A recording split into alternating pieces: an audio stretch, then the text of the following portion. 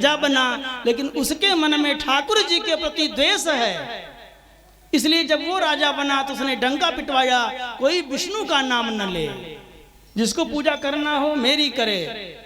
राजा ही प्रत्यक्ष भगवान है, कोई भगवान नहीं। भगवान कहाँ दिख रहा है? कोई भगवान नहीं है जी। ये सब पाखंड है, पूजा पाठ इत्यादि करना। इसलिए सब धर्म कर्म बंद हो गया। लेकिन देखें, एक समय आया कि उसका पुत्र भगत हो गया। कैसे? उसका संस्कार बन गया। एक दिन उसके मन में आया, अभी अमरता का वरदान नहीं पाया, इसलिए आज तपस्या करूंगा, शिव जी की तपस्या करूंगा ताकि अमरता का वरदान मिल जाए। और तपस्या करने के लिए चला। जब जंगल में पहुंचा तो देवताओं में खलबली मच गई कि वो देखो, अरे ये तो महान राक्षस दुष्ट सबको परेशान करता है, और अभी तपस्या करेगा तब तो और भी उपद्रव करेगा। तो बृहस्पति जी तोता बनकर तपस्या में विघ्न डालने आए, इसको तपस्या नहीं करने देंगे। अब वो पीपल के नीचे बैठा, और पीपल के नीचे बैठ करके जैसे ही उसने शुरू किया ओम नमः शिवाय, तुरंत ही बृहस्पति भगवान ने कहा ओम नमो नारायणाय। और नारायण का नाम सुना तो चौकन्ना हो गया, कौन सा दुष्ट है मेरे शत्रु का नाम लेता है। देखा तोता बोल रहा है, तोता एकदम आदमी की तरह नकल करते हैं। तो उठाया पत्थर चलाया जोर से, लेकिन वो तोता उड़ गया। उसने सोचा बोहनी सही नहीं हुई, पहुंचते ही विघ्न पड़ गया। दूसरे पेड़ के नीचे गया, फिर शुरू किया ओम नमः शिवाय, ओम नमो नारायणाय। फिर से उठ के खड़ा हो गया। तो नाना प्रकार का वो करता रहा दांव पेच कि किसी तरह इसको भगावें, मारें, उड़ावें, लेकिन उड़ा नहीं। तोता तो पीछे ही पड़ गया। दिन भर लगा रहा, दिन भर सुनाया नाम भगवान का, और दिन भर वो दौड़ दौड़ के थक गया। शाम को घर लौट के आ गया, जाने दो आज शायद सही नहीं। घर आ गया तो रानी ने स्वागत किया, कयाधु मैया ने, कहिए स्वामी बड़ी जल्दी आ गए, तपस्या पूरी हो गई। अरे ना प्रिय, अरे पूछो मत, आज तो बड़ा ही पता नहीं किसका मुंह देके उठे थे, वो विघ्न पड़ गया तपस्या में। क्या विघ्न पड़ गया? अरे वो एक नालायक तोता दुष्ट कहीं से आ गया, लगता कोई साधु उधु का था, किसी पाखंडी साधु का तोता था। जैसे ही हम कह रहे थे ओम नमः शिवाय, तुरंत ही उत्तर दे रहा था ओम नमो नारायणाय। पूरी आग लग गई देह में मेरे। मन करा पकड़ के इसका सिर ऐंठ दें, लेकिन क्या करें, हाथ में आया नहीं। कयाधु मैया नाग राज की कन्या थी, और इसने हरण करके लाया था, विवाह किया था, लेकिन सती थी। तो वो भक्ता थी स्वभाव से। उन्होंने मन में विचार किया कि भाव कुभाव अन खाल सहूं, नाम जपत मंगल दिशि दसहूं। ये कभी सपने में नाम तो लेते नहीं हैं, जो लेता है उसको दंड देते हैं, और आज स्वयं इनके मुंह से निकल रहा है, बड़े भाग्य की बात। तो फिर से दोहराया, किसी तरह इनको नाम वही फिर लिवाया जाए। वो तोता ही था महाराज। हाँ हाँ तोता था, तो साफ साफ नहीं कह रहा होगा, तोता साफ थोड़े बोलेगा इतना आदमी की तरह। अरे ये एकदम आदमी की तरह लगता था कि आदमी ही है। मैं तो सोचा कोई साधु बैठा पेड़ पर। वो एकदम नमो नारायणाय ऐसे कह रहा था, और जोर से कह रहा था ओम नमो नारायणाय। तो मैया फिर वही घुमा घुमा के मैंने उनको भोजन करा रही हैं, पैर दबा रही हैं, तेल लगा रही, लेकिन वो रात भर नमो नारायण जप किए बेचारे। जब तक जागते रहे वो नमो नारायण करते रहे। और उसी प्रसंग में प्रहलाद जी गर्भ में आए। दिमाग जब ऐसा पवित्र हो तो बालक जो गर्भ में आता है वो वीर होता है, भक्त होता है, दानी होता है। कन्या आएगी तो सती होएगी, सुंदर होगी, सुशीला होगी, सदाचारिणी होगी।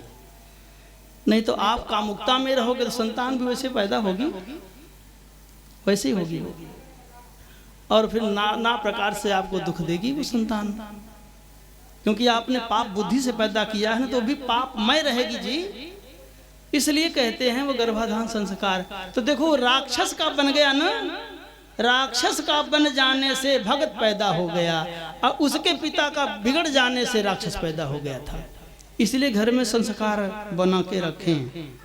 अब वो भक्त प्रहलाद जी आ गए। 5 भाई में सबसे छोटे हैं प्रहलाद जी। अब वो जब छोटे हैं और नमो भगवते वासुदेवाय जपते हैं, नित्य जपते हैं, बड़ा समस्या है। उसका खून खौल उठता है, करे बाप रे क्या करें, लेकिन छोटा बालक है, अभी कुछ कह नहीं सकते। सोचा चलो सयाना हो जाए। थे बड़े हो गए तो उनका नाम लिखाया गया विद्यालय में। अब विद्यालय में नाम लिखाया गया तो गुरुजी महाराज थे, शुक्राचार्य हैं, असुरों के आचार्य जी शुक्राचार्य। शुक्र माने जानते हैं, शरीर में शुक्र बढ़ा रहे ना तब बल बढ़ा रहता है। तो जिसके आचार्य बलवान है ना वही शुक्राचार्य है। शरीर में बहुत बल रहे और जेब में खूब पैसा रहे और सुंदरता रहे तो आदमी भगवान को नहीं भजता है।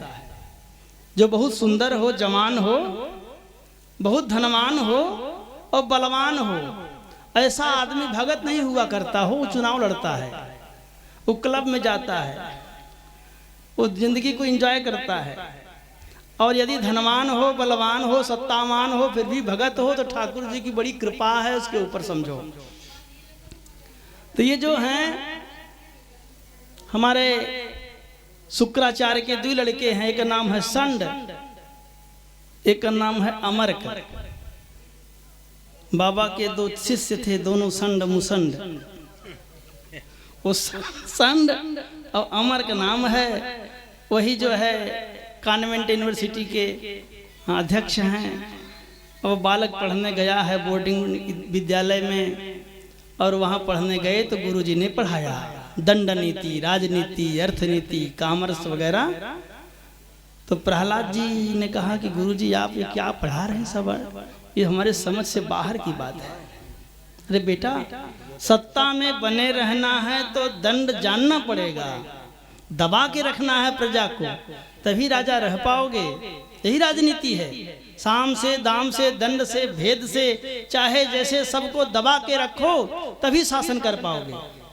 प्रहलाद जी कहते हैं गुरुजी आप जो कह रहे हैं बात तो होगी, लेकिन हमारे गुरुजी नारद जी थे और नारद जी ने बताया कि बेटा सबको धर्म नीति से चलना चाहिए, दंड नीति से नहीं, क्योंकि दंड नीति से चलोगे तो पाप होगा और जीवन तो छोटा ही है। यहाँ न कोई परमानेंट, यहाँ पर कोई न परमानेंट, यहाँ पर कोई न परमानेंट, यहाँ पर कोई न परमानेंट। एक दिन सबके उड़ जाएंगे, एक दिन सबके उड़ जाएंगे सारे तंबू टेंट, यहाँ पर कोई न परमानेंट, यहाँ पर कोई न परमानेंट, यहाँ पर कोई न परमानेंट, यहाँ पर कोई न परमानेंट, यहाँ पर कोई न परमानेंट, यहाँ पर कोई न परमानेंट।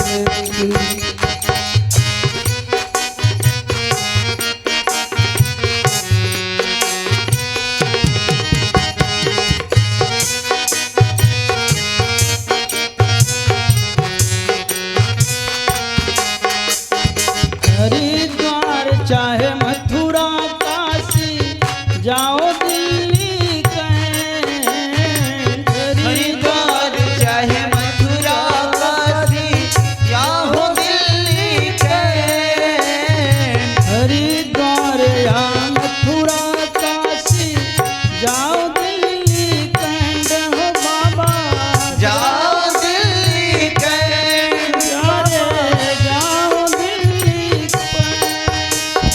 हरि का नाम हृदय में राखो, हरि का नाम हृदय में राखो, धोती पहनो या पैंट, यहाँ पे कोई न परमानेंट, यहाँ पर कोई न परमानेंट, यहाँ पर कोई न परमानेंट, यहाँ पर कोई न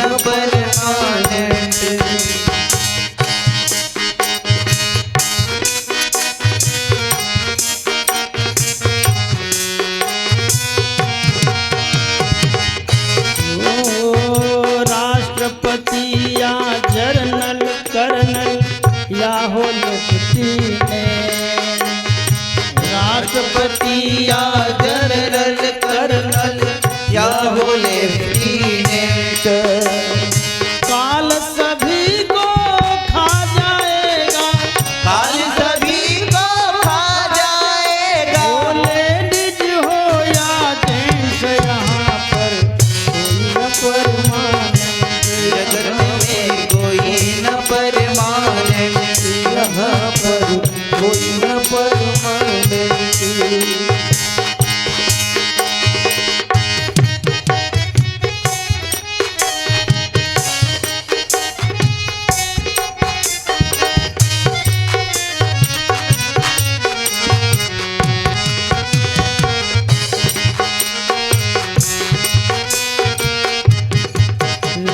साधु संत की संगत कर लो, यह सच्ची रेजिमेंट।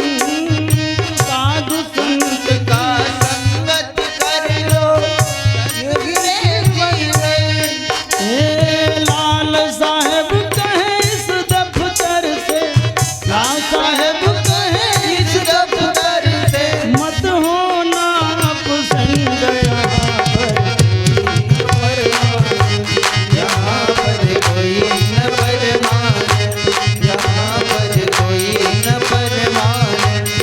एक दिन सबके उड़ जाएंगे, एक दिन सबके उड़ जाएंगे, सारे तंबू टेंट, यहाँ पर कोई न परमानेंट, यहाँ पर कोई न परमानेंट, यहाँ पर कोई न परमानेंट, जगत में कोई न परमानेंट। यहाँ पर कोई रायः कलत्रः पशवः सुतादयो। व्यास जी कह रहे हैं, प्रहलाद जी अपने गुरु बाबा को समझा रहे हैं, गुरुदेव रायः कलत्रः पशवः सुतादि, ये सबके सब यहीं रह जाएंगे। गृहामहि कुंजर कोश भूतय, ये जो घर है, जो खजाना है, जो बैंक बैलेंस है, ये जो सुंदर पत्नी है, प्यारे बच्चे हैं, ये सबके सब शरीर के साथ ही छूट जाएंगे। इसलिए इनके लिए कोई बेईमानी, चोरी, अधर्म नहीं करना चाहिए। हाँ, आपका कर्तव्य है, परिवार की सेवा करना आपका नैतिक कर्तव्य है, जिम्मेवारी है, उसका विकल्प नहीं है। लेकिन ईमानदारी से जो कर सकें वही करना चाहिए, और हृदय से उनका अपना संबंध नहीं मानना चाहिए। जैसे लोग ना वो गुप्त प्रेम करते हैं कि नहीं, गुप्त प्रेम, उसको किसी से नहीं बताते हो, मोबाइल में बात करके डिलीट कर देते हैं नंबर, ताकि पकड़े न जाएं। ऐसी पूजा करिए भगवान की, कोई पता न पावे पड़ोसी भी कि भगवान का भगत है ये। लेटे लेटे नाम जपिए, हाँ, ये तो चुप्पे से कन्हैया को भजिए। जितना आपका प्रेम साधना जितनी गुप्त होगी, जल्दी भगवान का प्रेम मिलेगा। कुछ लोग तो चिल्ला चिल्ला के नाम लेते हैं ताकि सब जान जाए कि पंडित बाबा पूजा करते हैं। हाँ हो, एक घर में झगड़ा हुआ, तो घर में झगड़ा हुआ, पूरा गांव बखानता था उनको। ये पंडित जी बड़े पुजारी हैं और सवेरे 4 बजे शंख बजाते हैं, उन्हें 4 बजे नहा के पूजा कर लेते हैं जी। एक दिन झगड़ा हो गया घर में, तो पतोह बिगड़ रही थी, पतोह ताना मार रही थी, अरे बड़ा नालायक है, बड़ा पाखंडी है ये 4 बजे तकिया के नीचे शंख लगता है, बजाता है, और शंख बजा के फिर सो जाता है। वो तो सवेरे नहा करके 9 बजे निकलते हैं, घर ही में सब व्यवस्था है, तब बाहर वाले समझ नहीं पाते हैं कि कब उठे कब नहाए। ये 9 बजे उठते हैं, 4 बजे नहीं उठते हैं। तो ये ऐसा नहीं करिए जी, ये शंख बजाइए गांव वाले जान जाएं। ठाकुर जी को भजन करिए, हृदय से प्रेम करिए एकदम, और संसार से व्यवहार करिए। प्रेम भगवान से और व्यवहार संसार से। हम लोग उल्टा करते हैं, क्या करते हैं साहब, हम लोग करते हैं प्रेम संसार से और व्यवहार एकादशी व्रत रहते हैं और इतवार दर्शन करने जाते हैं। शिवरात्रि शिवरात्रि जल चढ़ाते हैं, नवरात्रि नवरात्रि विंध्याचल माई के यहाँ जाते हैं। व्यवहार निभाना है, ये व्यवहार करना है। और प्रेम पत्नी से करते हैं, बेटा से करते हैं, पैसा से करते हैं। और उस जब बड़े दरबार जाते हैं ना तो वहाँ भी वही मनाते हैं, हे बांके बिहारी कृपा करिए दशा सुधर जाए हमारी। मैंने वो घर वाली दशा सुधारने के लिए सिफारिश मारते हैं। तब भगवान जानते हैं नालायक मेरे लिए नहीं आया, वो तो पत्नी के लिए आया है, सिफारिश करने आया है। तो देखो ऐसे नहीं करना है, प्रेम भगवान से करें और व्यवहार संसार से करें, क्योंकि संसार प्रेम नहीं चाहता, व्यवहार चाहता है। जैसे आप किसी की शादी में मत जाइए, अब आप कहिए कि हम आपको बहुत मानते हैं, बहुत बहुत ज्यादा मानते हैं, मानेगा वो आपकी बात? अरे चलिए बात न बनाइए यार, आए नहीं, यहीं पड़े थे आप, दिखाई नहीं पड़े। और आप बिल्कुल मत मानिए, लेकिन एकदम हाजिर हो जाइए सुबह से ही। बताओ पांडे जी क्या करना है, एकदम हम हाजिर हैं। कोई पैसा वैसा वाली बात हो तो भी बताइएगा। अब वो आप मानते नहीं हैं, लेकिन वो आपका बखान करेंगे, तिवारी जी आए थे, बहुत दिलेर आदमी हैं, एक दिन पहले आए, एक दिन बाद गए, और सब व्यवस्था से आए थे। हाँ जी, तो संसार व्यवहार मांगता है, पत्नी व्यवहार चाहती है, उसके लिए सिकड़ी बनवाइए बढ़िया वाली, देखिए आपके भोजन का टेस्ट बढ़ जाएगा, सब्जी की मात्रा बढ़ जाएगी, 2-3 बनेगी हो। अब आप उससे बार बार कहिए कि मैं आपसे प्यार करता हूँ, बिल्कुल नहीं मानेगी। और ठाकुर जी से एक बार कहिए, भगवान कह रहे हैं, यहाँ से नहीं कह रहे हैं हम, भगवान कहते हैं कोई एक बार मुझसे कह दे कि हे प्रभु मैं आपका हूँ, एक बार। सकृदेव प्रपन्नाय तवास्म इति च याचते अभयं सर्वभूतेषु ददामि एतत् व्रतं मम। भगवान कहते हैं सकृत देव, सकृत माने एक बार, कोई एक बार मुझसे कह दे कि हे श्याम सुंदर आज से मैं आपका हूं, बस यहाँ कह सकते हैं, अपने घर जाकर कह दीजिएगा। ठाकुर जी से कहना है, बस एक बार कह देने से ठाकुर जी अपना लेते हैं। सकृत प्रणाम किए अपनाए, सकृत प्रणाम किए अपनाए, गई बहोरी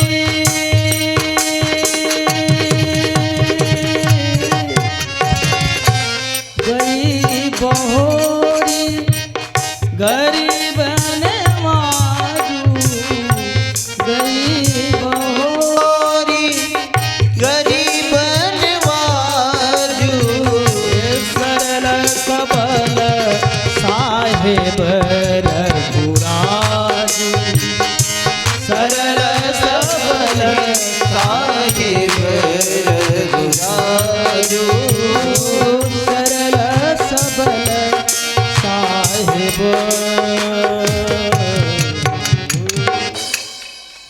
ठाकुर जी गारंटी देते हैं, सर्वधर्मान परित्यज्य माम एकम शरणम ब्रज अहम ताम सर्व पापेभ्यो मोक्षयिष्यामि मां शुचः। बोलो ऐसी गारंटी है कहीं? हाथ उठा के कह रहे हैं, एक बार मेरे शरण में आ जा, तेरी सारी जिम्मेदारी मेरी है। लेकिन हमको भरोसा नहीं होता, पता नहीं सही कर रहे हैं गलत कर रहे हैं। लेकिन वो घर वाले कहते हैं कि हम आपको बहुत मानते थे, हम मान जाते हैं, मानता होगा भाई। फिर और जिंदगी भर निश्चय नहीं कर पाते हो। आदमी सोचता है कि मेरा भाई मुझको बहुत प्यार करता है, फिर कोई घटना घटती सोचता है बिल्कुल नहीं मानता, बहुत नालायक है। फिर प्यार उमड़ता है, नहीं नहीं कुछ तो मानता है, थोड़ा बहुत, थोड़ा मूडी है, कभी कभी गुस्सा में आ जाता है। फिर सोचता है नहीं बहुत दुष्ट है कि सब प्लानिंग करके काम करता है भाई। तो जीवन भर आप समझ नहीं पाते कि ये मेरा भाई मुझे मानता है कि नहीं मानता है, पत्नी मानती है कि नहीं मानती, धोखे में रहते हो। और ठाकुर जी कह रहे हैं भैया आ जाओ, एक एक बार प्रणाम करना है, बस दोबारा नहीं करना है। लेकिन हम नहीं मानते, ये हमारा खराब व्यवहार है। तो चलिए वो हिरण्यकश्यप जी महाराज कि लाडले ने गुरु बाबा को पढ़ाया। गुरु जी के समझ में बात आ गई कि बालक सही करा हो, वास्तव में बात ऐसी ही है, संसार सब नश्वर है, ठाकुर से प्रेम होना चाहिए। वो प्रहलाद जी पढ़ के घर आए। प्रहलाद जी पढ़ के घर आए, पिता ने स्वागत किया, गोद में बिठाया, मेरा बेटा पढ़ने गया था, क्या पढ़ा? कहा कि श्रवणम कीर्तनम विष्णु, मैंने यही पढ़ा है कि भगवान की कथा का श्रवण करो, उनका कीर्तन करो, उनकी पूजा करो, उनको आत्मनिवेदन कर दो, यही भक्ति पढ़ा है। उठा के गोद से फेंक दिया, नालायक, यही पढ़ने गया था और आचार्यों को बिगड़ गया, यही पढ़ाए, हमारे बालों को बिगाड़ दिए आप। अरे कहा साहब बात थोड़ी बहुत सही कहता है, ये हमने नहीं पढ़ाया, इसने हम सबको पढ़ाया। प्रहलाद के पिता ने कहा बस अब हो गया, पढ़ाई खत्म, तुमको राजे तो बनना है। अब देखो बात समझ जाओ, तुम सयाने हो गए हो, तुम्हारे दादा को विष्णु ने बराह बनकर के छल से मार दिया था, और इसलिए मैंने प्रतिज्ञा किया है कि उस विष्णु को जब तक नहीं मार डालूंगा तब तक मैं चैन से नहीं बैठूंगा। तो प्रहलाद ने कहा लेकिन हमने सुना है कि वो दादाजी कुछ चोर टाइप के थे, हिस्ट्री सीटर थे, वो पृथ्वी चुरा ले गए थे, नारायण की पत्नी है पृथ्वी। अब भला बताओ कोई किसी की पत्नी चुरा ले जाएगा तो मार नहीं खाएगा? अरे कहे होते कि हम घर लिवा जाएंगे अपने तो विदा कर देते भगवान। आपको किसी की पत्नी चाहिए तो उससे हाथ जोड़ के कहिए कि हमारे यहाँ भागवत पड़ा है, विवाह पड़ा है, भैया हो जरा आ जाएंगे शुक्लाइन तो अच्छा हो जाएगा, तो वो विदा कर देगा खुशी खुशी, बात नहीं है। लेकिन अभी आप जाइए और जबरदस्ती उठा के ले आइए तो फिर बवाल बढ़ जाएगा। तो दादाजी ने खुद गलती किया, पृथ्वी चुरा लिया। अब चुरा लिया तो इसलिए दंड दिया गया। तो इसलिए आप भगवान से वो दुश्मनी का भाव छोड़िए। पिताजी वे सबके पिता हैं, करुणा निधान है, वो तो उनसे प्रेम करिए। हिरण्यकश्यप को बड़ा क्रोध आया, सेनापति को बुलाया कि बड़ा नालायक है, सठ है, मेरी बात नहीं मानता, ले जाओ इसे मार डालो, मेरी आँख के सामने सटाओ इसको, ले जाओ पहाड़ से फेंक दो मर जाए। पहाड़ से फेंके गए लेकिन धरती तो गद्दा की तरह हो गई, क्योंकि धरती माँ है ना, गोद में जैसे फेंक दो बालक को ऐसे हुआ। धूल झाड़ के आ गए, पिताजी को फिर प्रणाम किया। अरे पिताजी ने कहा क्यों इसको फेंका नहीं जी? कहा साहब फेंका था लेकिन मरा नहीं, लगता है शरीर इसका रबड़ का हो गया है। कहा मेरे सामने मारो, भाला से मारो। वो भाला मारा गया, तब भाला ऐसे मुड़ जाए जिसे कागज का है, असली नहीं कच्चा लोहा है, और शरीर पे निशाने नहीं पड़ रहा, तलवार टूट जा रही है। अरे कहा हाथी बुलाओ, मेरी हाथी को बुलाओ, इसको दबवाओ। हाथी आई और उस हाथी को दौड़ाया गया, पिलवान ने इशारा किया और बालक को लिटाया गया सड़क पर। लेकिन वो हाथी जब पास में आया तो वो प्रहलाद जी कहते हैं आपको नमस्कार है, हाथी रूप भगवान आपको प्रणाम कर रहा हूँ, आप तो बड़े सुंदर लग रहे हैं यार, खाए पिए मोटाए हैं, क्या श्याम सुंदर हैं आप। तो हाथी ने उठा करके अपने पीठ पे बिठा लिया, दबाया नहीं जी। और गांव वाले चिल्लाने लगे भक्त प्रहलाद की जय, वाह। और बहुत खिसियाया और बहुत टेंशन में बैठा है। तब तक उनकी दीदी जी आ गई, असम में थी, असम की मुख्यमंत्री थी उस समय। हाँ, उनके जो जीजा थे ना असम के राजा थे हिरण्यकश्यप के, तो दीदी जी आ गई हैं, नाम उनका है होलिका। तो होलिका जी आ गई हैं। होलिका जी भी बड़ी तपस्विनी थी पहले, तो वो तप किया था उन्होंने, ब्रह्मा से वरदान मांगा था। एक आपकी शंका मिटा दें, ये जो आप पुराण सुनेंगे उसमें बार बार ये बात आई कि फला राक्षस तप किया, फलाने तप किए, फलाने तप किए। आज जैसे पढ़ा जाता है ना, पढ़ाई की जाती है, वैसे पहले तपस्या की जाती है। तपस्या के द्वारा यदि आत्म साक्षात्कार हो जाए तो व्यक्ति को अपनी सारी शक्तियों का पता लग जाता है। जीव में वो सारी शक्ति है जो भगवान में है, सारा ज्ञान है, सारी सिद्धि है। तो पहले लोग पढ़ते नहीं थे, तप करते थे और तब से सब जान जाते थे, फिर अपने जीवन को जीते थे। तो होलिका जी आई, होलिका को वरदान है कि आग में जलेगी नहीं। क्यों भैया, बड़े टेंशन में दिख रहे हैं। हिरण्यकश्यप ने कहा क्या करें बहन, एक दुष्ट पैदा हुआ, एक कलंक पैदा हुआ कुल में, ये मेरे दुश्मन का ही भक्ति करता है, इसको मारता हूं, मर ही नहीं रहा है। मैं समझ गया हूं इसका गुरु नारद था, नारद के आश्रम में ये पैदा हुआ था और उस नारद ने ही इसको दीक्षा दिया था। इस छल कपट जानता है, कुछ मायावी विद्या इसके पास है, ये मर नहीं रहा। तो प्रहलाद जी कहते हैं पिताजी मेरे पास कोई मायावी विद्या नहीं है। तब क्या है जी, कहा ये जो आपके हाथी दबा नहीं पा रहे हैं, वो भाले मार नहीं पा रहे हैं, उसका कारण ये है कि जो मैं भक्ति करता हूं ना, बस उसी भक्ति का प्रभाव है। आप भी करिए, आप भी ऐसे हो जाएंगे। दंता गजानन कुलिशाग्र निष्ठुरा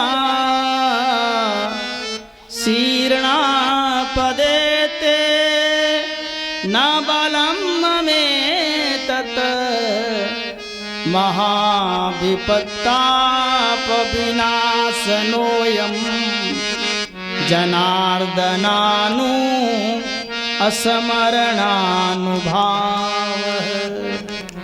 आपके हाथी के दांत टूट गए, मैं नहीं मरा, आपके भाले मुड़ गए, मैं नहीं कटा, पर्वत से गिराए गए, विष पिलाया गया, सांप से कटाया गया, ये जो कोई असर नहीं हो रहा है, इसलिए नहीं हो रहा है क्योंकि जनार्दनानु स्मरणानुभाव है, मैं भगवान के स्मरण में सदा रहता हूँ। और भगवान जिस पे कृपा कर दें क्या होता है, गरल सुधारी पुकरही मिताई, गरल सुधारी पुकरही, गरल सुधारी पुकरही मिताई, गोपद सिंधु अनल शीतलाई, गोपद सिंधु अनल शीतलाई, वरुण सुमेरु रेणु समताही, गरुण सुमेरु रेणु समताही, राम कृपा करी चितवा जाई, राम कृपा करी चितवा जाई, राम कृपा करी चितवा जाई, राम कृपा करी चितवा जाई। तो प्रहलाद जी कहते हैं ये भक्ति का प्रभाव है, कोई माया नहीं है। होलिका ने कहा कि भाई साहब आप टेंशन न लें, लकड़ी की व्यवस्था करें, इसको मैं अभी जला के भस्म करती हूँ। ये जिस भगवान के वरदान से ये अभय है ना, तब मुझको भी वरदान है जलाने का। आप जलाओ, व्यवस्था करो। तुरंत ही कई टाल लकड़ियाँ आ गई जी, कई ट्रक लकड़ियाँ आ गई, जुट गया एकदम पूरा स्टेडियम में, बहुत भारी चिता बनाया गया और उस पर बड़े खुशी मन से होलिका देवी बैठी। अभी पानी चाय नाश्ता नहीं लिया है, नैहर में आके सबसे पहले घर में जाके आग न लगाइए कभी। किसी जिसकी शादी विवाह हो गया है, अपने घर में मालकिन हो गई है, वो ये बात नोट कर लें। भागवत भगवान की कथा का संदेश है कि जब वो वहाँ से आवे तो यहाँ मलकई न दिखावें, खाएं पिएं काम करें, नहीं तो आग लगाएंगी तो होलिका वाला व्यवस्था हो जाएगी, खुद जल जाएंगी साहब। यही हुआ। वो बुआ जी बैठ तो गई प्रहलाद को गोद में लेके, आग लग गई और धू धू जल गई, खुद जल गई और प्रहलाद जी बच गए। वो आनंद हो गया, लोग चिल्लाते हैं भक्त प्रहलाद की जय। और इस तरह से जो है अब हिरण्यकश्यप तो बहुत हाइपर टेंशन में आ गया। अरे एकमात्र मेरी प्यारी बहना थी, वो भी चली गई। अरे ये नालायक अभी भी बच गया, क्यों रे? तेरा भगवान कहाँ है? बुलाया आज उसको, आज मैं उसको मार ही डालूंगा। कहा पिताजी काहे चिल्ला रहे हैं, हल्के में बोलिए, गला बैठ जाएगा। देखिए आपका प्रश्न गलत है, आपका प्रश्न सही करिए। पहले बात यह है कि ये पूछिए कि भगवान कहाँ नहीं है। अरे वो सब जगह है ही है। आपके तलवार में भगवान है, आपके शरीर में भगवान है, हम में भगवान है, और ये खंभा में भगवान है। अरे कहा बस कर, फिलासफी न बतिया। खंभा में है ना, अल्ले मैं खंभा तोड़ता हूँ। उठाया गदा और बड़े जोर से मारा, और इसी गदा लगी जोर से, उसमें से गुबार लगा, खंभा टूट गया। उसमें से अत्यंत भयानक आकृति प्रकट हुई। उग्रम वीरम महाविष्णुम ज्वलंतम सर्वतो दिशम नृसिंहम भीषणम भद्रम मृत्युम मृत्युम नमामि। बोलिए नरसिंह भगवान की जय। अत्यंत विकराल दाढ़े हैं, बड़े बड़े बाल हैं, लाल लाल आंखें हैं, आधा शेर का शरीर है और नीचे का धड़ आदमी का है। अत्यंत भयानक स्वरूप से ठाकुर जी प्रकट भये। उनके उस दिव्य भयानक रुद्र रूप को देखकर तमाम राक्षस तो मर गए, छड़ गए, हार्ट फेल हो गया। कुछ भाग खड़े हुए और हिरण्यकश्यप को ठाकुर जी ने दबोच लिया, जैसे कोई क्रोधित शेर एक चूहा पकड़ ले, और पकड़ के खूब जब अट्टहास किया, अत्यंत भयभीत हो गया। क्षमा कर दो, क्षमा कर दो कहने लगा, छोड़ दो। तो भगवान ने उसे अपने जंघा पर बिठा लिया, चौखट पे बैठ गए हैं। महल के चौखट पे ठाकुर जी विराजमान हो गए। ऊंचा चौखटा है और ठाकुर जी विशाल स्वरूप धारण करके उसको जंघा पे लिटाए। बोल बता, इस समय तू भीतर है कि बाहर है? क्योंकि वर मांगा था उसने ब्रह्मा से। ब्रह्मा से जब उसने वर मांगा ना, तो कहा कि हमें वर दीजिए कि हम अजर अमर हो जाएं। ब्रह्मा ने कहा बेटा अजर अमर तो हम खुदे नहीं हैं, हमारा भी मरना तय है। दाढ़ी पक गई है, पहले देखो, आधी बीत गई, आधी बाकी है। हाँ, इस समय ब्रह्मा के दिन में दोपहरिया चल रही है, मैंने दोपहर से थोड़ा लटक गया है दिन। संकल्प जब पंडित जी करते हैं तो बोलते हैं ब्रह्मणे यानी द्वितीया परार्धे। द्वितीया परार्धे माने दोपहर के बाद का समय चल रहा है सृष्टि का। तब ब्रह्मा जी कहते कि हमको तो खुदे मरना है, शाम हो जाएगा तो हम मर जाएंगे। तब बेटा हम तुमको अमर कैसे करें? तो कहता अच्छा ऐसी मौत दीजिए जैसा मैं कहता हूँ। कैसी? कि मैं भीतर मरूँ न बाहर मरूँ, न ऊपर मरूँ न नीचे मरूँ, न आगे मरूँ न पीछे मरूँ, न आदमी से न जानवर से, न अस्त्र से न शस्त्र से, और 12 महीना में किसी महीना में नहीं मरूँ। ब्रह्मा ने कहा तथास्तु। बहुत खुश हुआ कि वाह, ब्रह्मा को मैंने उल्लू बनाया। देखो ब्रह्मा जी बुढ़ौती में है ना, कह दिए ठीक, अब जब मैं मरूंगा ही नहीं, क्योंकि जब भीतर बाहर ऊपर नीचे आगे पीछे अस्त्र शस्त्र, पशु मनुष्य किसी से नहीं मरूंगा तो मतलब नहीं मरूंगा। लेकिन देखो आप कितनी भी चालाकी करो, ठाकुर जी आप उस चालाक हैं। हाँ, बहुते चालाक है भाई, इसीलिए तो काले पड़ गए हैं चालाकी कारण। अब देखो हिरण्यकश्यप से पूछ रहे हैं भगवान, बोल ये ऊपर हो कि नीचे? कहीं नहीं था ना, अधर में था। घर में हो कि बाहर? कहीं नहीं है। अच्छा दिन है कि रात? यही समय था, गोधूल प्रकाश। कथा का समय रखा गया है 2 से 5, लेकिन आप आते हैं 4 बजे, तो हम कहते हैं 8 बजे तक। तो ऐसा करिए, समय से आप भी आइए ताकि पूजा पाठ हम भी समय से कर सकें, और आप भी कथा का आनंद लीजिए, घर में अकाज न हो। क्योंकि जब दिमाग में जल्दी चलती है कि जल्दी कहना है ना, तो प्रसंग भूल जाता है और कथा में आनंद नहीं रहता जी। जब जल्दबाजी रहती कथा पूरी करना है प्रहलाद की, तो वो उस आनंद से कथा हो नहीं पाती। ध्रुव की कथा कुछ स्थिरता से हुई, लेकिन प्रहलाद वाले में जल्दी हो रही है। इतना जल्दी नहीं मारना चाहिए, लेकिन मार रहे हैं। तो ठाकुर जी ने पूछा कि बताओ बाहर हो कि भीतर, ऊपर हो कि नीचे, इस सुबह है कि शाम है? कहा कुछ नहीं है। कहा 12 महीने में कौन सा महीना है? तो उसने जोड़ा कोई महीना नहीं था, वो मलमास चल रहा था। वो तो उसका नाम है अधिक मास, वो महीना में है ही नहीं। हाँ कोई महीना नहीं। कहा अब मार सकता हूँ? चिल्लाने लगा क्षमा कर दीजिए। ठाकुर जी ने क्षमा नहीं किया, क्योंकि पाप का घड़ा भर गया है, क्षमा का समय निकल गया है। भगवान गरजे और अपने भयानक नखों को उसके पेट में गड़ा दिए, पेट फाड़ डाले, हाथ निकाल लिया और जोर जोर से गर्जना करने लगे, और उसकी हाथों को निकाल के माला की तरह पहन लिया। शरीर चिथड़ा चिथड़ा हो गया।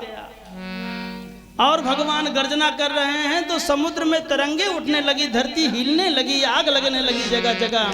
भगवान की क्रोधाग्नि से ब्रह्मांड जलने लगा। सब देवता भागे आए, प्रभु क्षमा करें, क्षमा करें, दया करें, कृपा करें, ब्रह्मांड जल रहा है। किसी की नहीं सुनते हैं भगवान। लक्ष्मी जी आगे बढ़ी, लक्ष्मी को बड़ी तगड़ी डांट लगाई भगवान ने। अरे दुष्टा, तू ही जिसके घर में आ जाती है वो मुझे नहीं भजता। सच है, लक्ष्मी जी जहां आ जाती है ना, तो लक्ष्मी जी जहां जाती हैं 14 अनर्थ लेके जाती हैं। उस व्यक्ति के अंदर 14 अवगुण आ जाते हैं। प्रमाद आ जाता है, आलस्य आ जाता है, क्रोध आ जाता है, अभिमान आ जाता है, हठ आ जाता है। अरे नशा हरदम रहता है। नशा माने एक बोतल पीने से जितना नशा हुआ करता है, धनवान आदमी को 1.5 गुना ज़्यादा रहता है हरदम, बिना पिए ही। उसका सिर एकदम टेढ़ा से रहता है, इसलिए हड्डी का नस का रोग होता है उसको, क्योंकि उसको गुमान रहता है ना मेरे पास इतना है। तो उसका अभिमान और मदमय नशा, अहंकार, द्वेष, क्रोध, स्पर्धा रहती है। धनवान आदमी को धनवान आदमी से स्पर्धा है और गरीब की उपेक्षा करता है। अपने नीचे वाले को मच्छर समझता है और अपने ऊपर वाले से द्वेष करता है, बराबर वाले से स्पर्धा करता है। ये सब 14 अवगुण हैं। इसलिए ये अवगुण अनर्थ हैं। ये तब आते हैं जब आप नंबर 2 से कमाते हैं। नंबर 1 से उतने पैसा आता है जिससे आपका परिवार चल जाता है। ये समझ लीजिए।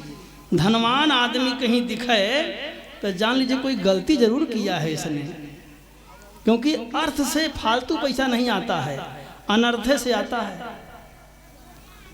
तो फिर लक्ष्मी जी को डांट लगाया ठाकुर जी ने। ये राजा बन गया और ये इसके यहाँ तुम आ गई तो इसने अपने आप को ईश्वर घोषित कर दिया ना, तो तुम सबसे बड़ी दुष्टा तो तुम ही हो। तो लक्ष्मी जी को डांट लगी। ब्रह्मा जी ने प्रहलाद को आगे किया। प्रहलाद जी जब आ गए, रोते हुए प्रहलाद को देखा तो नरसिंह भगवान ने उनको अपनी गोद में बिठा लिया। उनका सारा गुस्सा ठंडा हो गया, क्योंकि कोई भी भयानक से भयानक जीव भी जब अपने बेटे को प्यार करता है तब दयावान ममतावान हो जाता है। सिंहनी भी अपने बेटे को ममता से प्रेम करती है जी।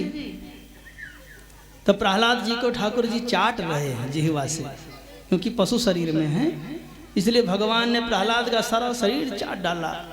खूब प्रेम किया, बार बार चुम्बन लेते हैं और कहते बेटा शांत हो जा, रो मत बेटा, मैं आ गया हूँ, अब तुझको कोई खतरा नहीं है, कोई भय नहीं है। प्रहलाद जी कहते हैं आप बात मत करिए फालतू वाली, आपसे हम बहुत ज़्यादा नाराज हैं। काहे नाराज हो भाई, तुम्हारे लिए तो हम खंभा फाड़ के आए, बगल से नहीं आए। और सोचो पत्थर फाड़ने में कितनी परिश्रम है, तो खंभा फाड़ के आए, हम पत्थर तोड़ के आए जी। अच्छा भगवान बगल से आ सकते थे कि नहीं, कमरे से निकल के आ जाते, लेकिन भगवान इसलिए पत्थर से आए क्योंकि प्रहलाद ने कह दिया था कि पत्थर में है, और तभी से मूर्ति पूजा हो रही है। लेकिन एक बात दिमाग में रखिएगा, मूर्ति पूजा बहुत ऊंचा चीज है जी। बहुत जल्दी भगवान मिलते हैं मूर्ति पूजा से, लेकिन भाव बहुत ऊंचा चाहिए। कैसा? दर्शन का भाव होना चाहिए। दर्शन माने प्रकृष्ट ईक्षणम दर्शनम, विशेष दर्शन है। आप मंदिर में जाएं तो भगवान ही हैं ऐसा भाव होना चाहिए। लोग सोचते हैं कि बड़ी बढ़िया मूर्ति बनी है, वो मूर्ति है समझ लो उनके लिए, पाथर है, कोई फल नहीं मिलेगा, सब व्यर्थ हो गया। वहां भगवान ही हैं, आप भगवान से मिल रहे हैं। अगर ऐसा भाव रहेगा तो आपको बहुत शीघ्र दर्शन हो जाएगा। लेकिन मूर्ति कांसा की है, पीतल की है, सोना की है, चांदी की शिवलिंग है, स्फटिक का है, ऐसी बुद्धि रहेगी तो आप जड़ हैं, उसकी पूजा से कोई फल नहीं है, और आप भी उसकी पूजा करके आपको और जड़ हो जाएंगे, क्योंकि आप उसे जड़ मान रहे हैं। अब मानने में ही भगवान है जी, विश्वास से ही है ना। भगवान कहाँ हैं? ठाकुर जी श्रद्धा और विश्वास में रहते हैं। भवानी शंकर वंदे श्रद्धा विश्वास रूपिणम् याभ्यां विना न पश्यन्ति सिद्धाः स्वान्तस्थमीश्वरम्। श्रद्धा विश्वास के बिना भगवान हृदय में रहने पे भी नहीं दिख रहे हैं, इसलिए बिना श्रद्धा विश्वास के मंदिर में जाना व्यर्थ है जी। इसलिए सबके लिए मूर्ति पूजा नहीं है, कुछ के लिए है। विद्वान होना चाहिए, उसके लिए भावुक होना चाहिए, उसके लिए सरल निष्कपट हृदय होना चाहिए इत्यादि। तो प्रहलाद जी ने ठाकुर जी को प्रकट किया है पत्थर में से। और अब जो है भगवान कहते हैं तुम निर्भय हो जाओ। तो प्रहलाद जी कहते हैं कि प्रभु हम निर्भय क्या, अरे हम आपसे बहुत नाराज हैं, आपने मेरे पिता को नाहक मारा ना, मेरे पिता की आपने हत्या कर दिया, तो हम खुश कैसे रह सकते हैं, हम बहुत नाराज हैं। यदि आप चाहते हैं कि हम प्रसन्न रहें तो आप वर दीजिए, वचन दीजिए कि हमारे खानदान में आने वाले किसी को अब आप नहीं मारेंगे। भगवान ने कहा नहीं मारेंगे, कह दिया, कसम खा रहे हैं भोले बाबा की।